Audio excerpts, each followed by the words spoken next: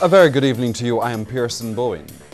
The International Monetary Fund says Barbados' economy continues to face major challenges, including low growth, a very large fiscal deficit, and a high debt burden.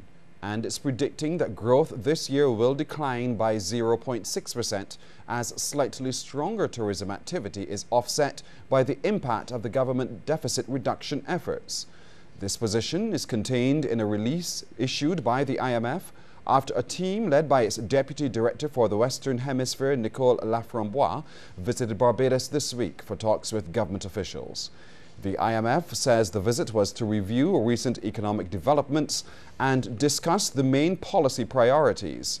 IMF officials met with the Minister of Finance, Chris Sinclair, Governor of the Central Bank, Dr. Delisle Worrell, and representatives from Labour and the private sector. The International Financial Institution also says inflation is expected to remain subdued and private sector credit growth weak. The IMF has also put the unemployment rate at 13.2% in the fourth quarter of 2013. But there was some good news from the IMF. It said the decline in international reserves through most of 2013 was arrested in the first quarter, with external borrowing in the December 2013-March 2014 period, and reserves have remained at about US $570 million or 3.3 months' worth of imports since. The IMF says its talks with the Barbados government focused on recent developments, progress with announced fiscal measures, and the near-term outlook. Contrary to popular belief, the International Monetary Fund is not here because of the recent Moody's downgrade. That's according to Minister of International Business Donville Innes, who says the IMF's presence does not in any way indicate there will be a devaluation of the dollar either. Speaking to the media after a meeting with the private sector at its office in the Baobab Towers in Warrens, the minister says they are here to offer technical support. The IMF team came on the flight after Moody's report came out, which is not true. The truth of the matter is that the IMF rarely comes into a jurisdiction at the invitation of the government. And when we met with the IMF last quarter, last year, it was made clear that we were happy to receive a staff team to help us address some technical issues, namely addressing matters pertinent to statutory corporations in Barbados, their structure, what should be done about them going forward, as well as the niggling problem of our tax system. Mr. Innes says the private sector is willing to work with government to strengthen the economy, and he said all sectors outlined their major concerns, including interaction with the judiciary. I've committed to the private sector group in here today that I would seek to convene a discussion between the judiciary and the private sector. Because to be fair, I think the Chief Justice and his staff need to hear from those who are affected by what's happening in there exactly what the challenges are. People who feel it's taking too long. We actually have situations where there may be some businesses that may now not be opting to look to come to Barbados because of their concerns about the judiciary. Well, the contentious matter of the recent retrenchment of workers from the National Conservation Commission will not be resolved in the near future. This follows a first meeting of some of the parties involved with the Employment Rights Tribunal at the Labour Department this afternoon. The Barbados Workers' Union was absent from the talks.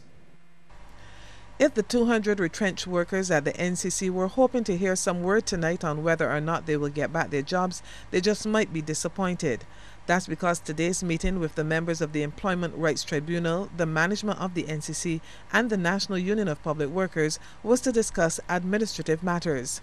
For over an hour and a half, the talks focused on just that. When the NCC emerged, General Manager Keith Neblett was pleased with the progress of the talks. We've agreed with both unions that it goes to the Employment Rights Tribunal, and I think what was dealt with this afternoon was a host of the administrative matters, and I think the way it's going, I think it will work. I mean, everybody certainly will have their say, and I think the independent body certainly will have the jurisdiction to make that decision, and we will follow whatever the decision is.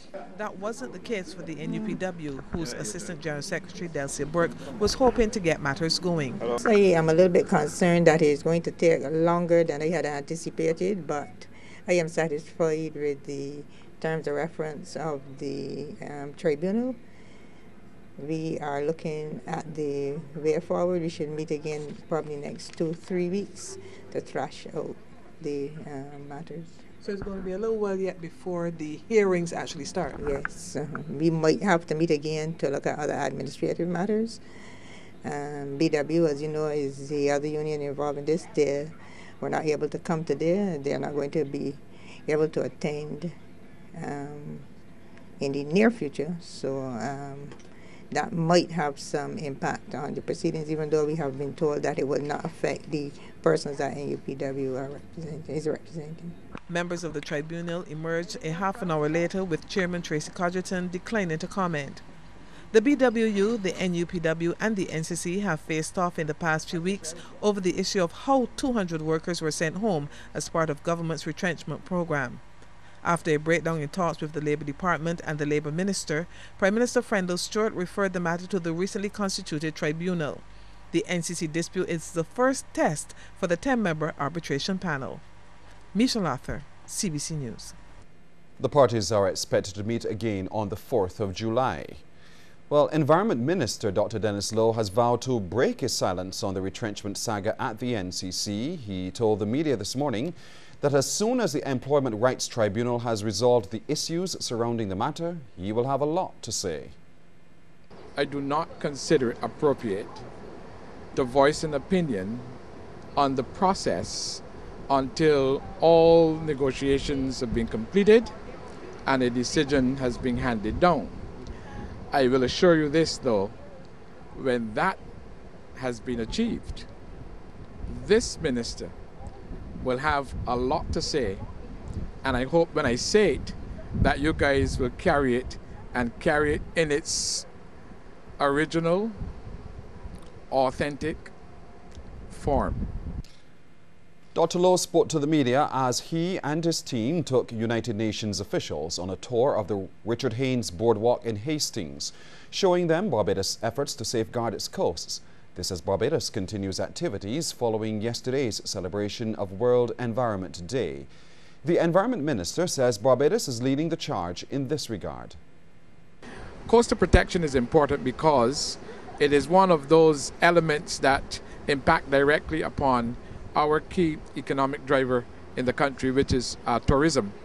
And this boardwalk that we are standing on is really one of the seminal achievements of the Coastal Zone Management Unit in being able to respond ahead on the ravages of climate change and being able to showcase a piece that other Caribbean and Latin American and others really countries can really focus on.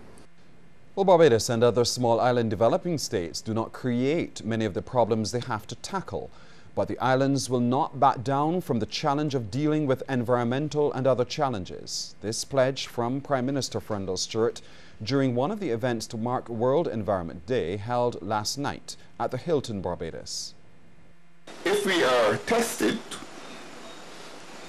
on the things that really matter, that is putting man at the center of all human effort and recognizing as that great Greek philosopher of the 6th century, I believe, the Greek philosopher Protagoras, that man is ultimately the measure of all things, and that what we do, all the things we do for the elevation, for the betterment, and for the enhancement of man.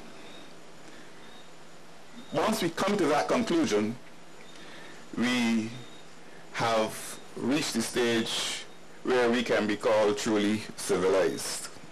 And the newly appointed UN Environment Programme Goodwill Ambassador, actor Ian Somer-Hadler, wants more young people used in the effort to preserve the environment. The most underutilized, undervalued, and underappreciated group of people in the world are our youth, and we will teach them, show them compassion, allow them to go into the world as educated, activated, and compassionate individuals, and I guarantee you it will change. Well, the Barbados Agricultural Society is crying foul over plans by a local importer to bring in 2 containers of chicken wings, and it says that move has the potential to cripple a now growing poultry industry on the island. Chief Executive Officer James Paul says since the start of the year, 150,000 additional birds were either placed on or are coming to the market. He says many of the new players are people who have lost their jobs and are turning to agriculture for sustenance. So here it is, over the last few months, we have a picture of increased poultry production, especially among smaller people.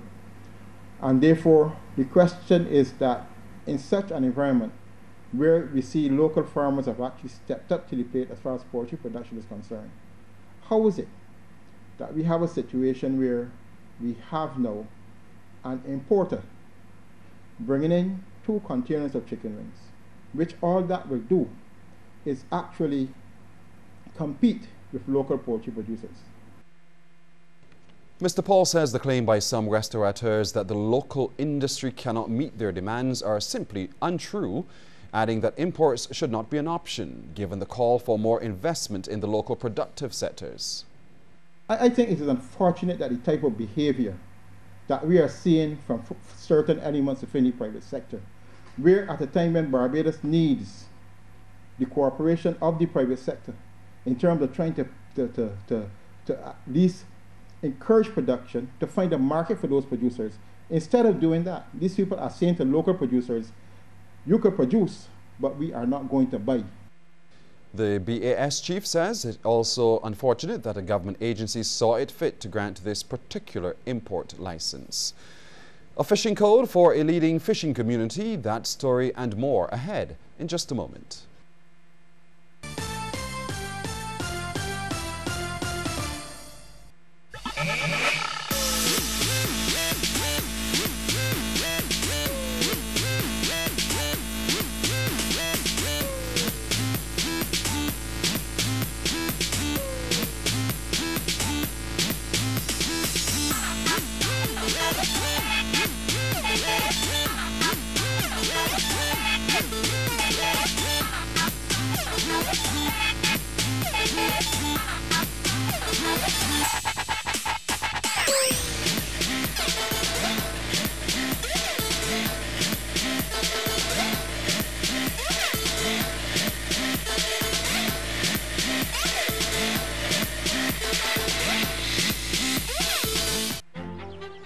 I'm the first to leave town. I'm the first to go to university. I'm the first to feel this is where I belong. The first to make them this proud.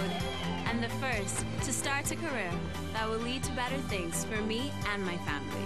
With 23 degrees of study and 60 scholarships exclusively for Caribbean students, St. George's University is your chance to be first.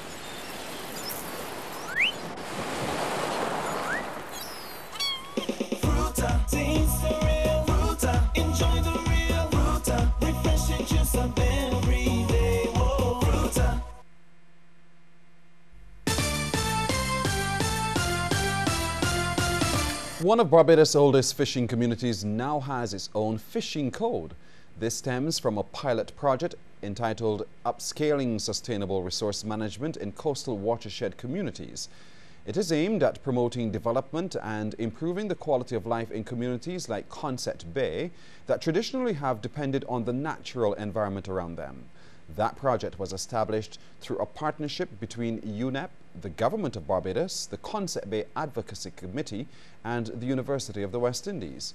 Speaking at the handing over ceremony yesterday, Senior Lecturer at the Center for Resource Management and Environmental Studies, Dr. Leonard Nurse, lauded fisherfolk for participating in the project. This Concept Bay pilot project is an excellent example of what the University and CERMES represents, by illustrating that the way forward in sustainable resource management is through an integrated approach with strong stakeholder engagement. The establishment of the Concept Bay Governance Steering Committee was a key factor in the success of the project, as it brought together all stakeholders and facilitated the effective exchange of information. Well, one hotel in the north of the island has been victim to at least half of the 25 burglaries recorded in that division up to the end of April. News of this from Acting Senior Superintendent and Divisional Officer for the North, Libron Sobers. He was speaking to the media following a meeting with business leaders from the north last night. Lead investigator on the burglaries, Assistant Superintendent Richard Boyce, says he has met with the owners of the hotel to try to fix the security problems at that property. One of the measures that we advise them is that there's a need to put some more security cameras in place, and the hotel is working towards putting those things in place. So hopefully if they follow through on it, then we should see a reduction in those problems down there. Additionally, there's the aspect of security of the rooms, where they have safes in place, and there's problem whereby the keys are not being handled properly, the keys are not being secured properly, and persons have access to these keys. So it's just a matter of educating persons about the security aspect of the hotel.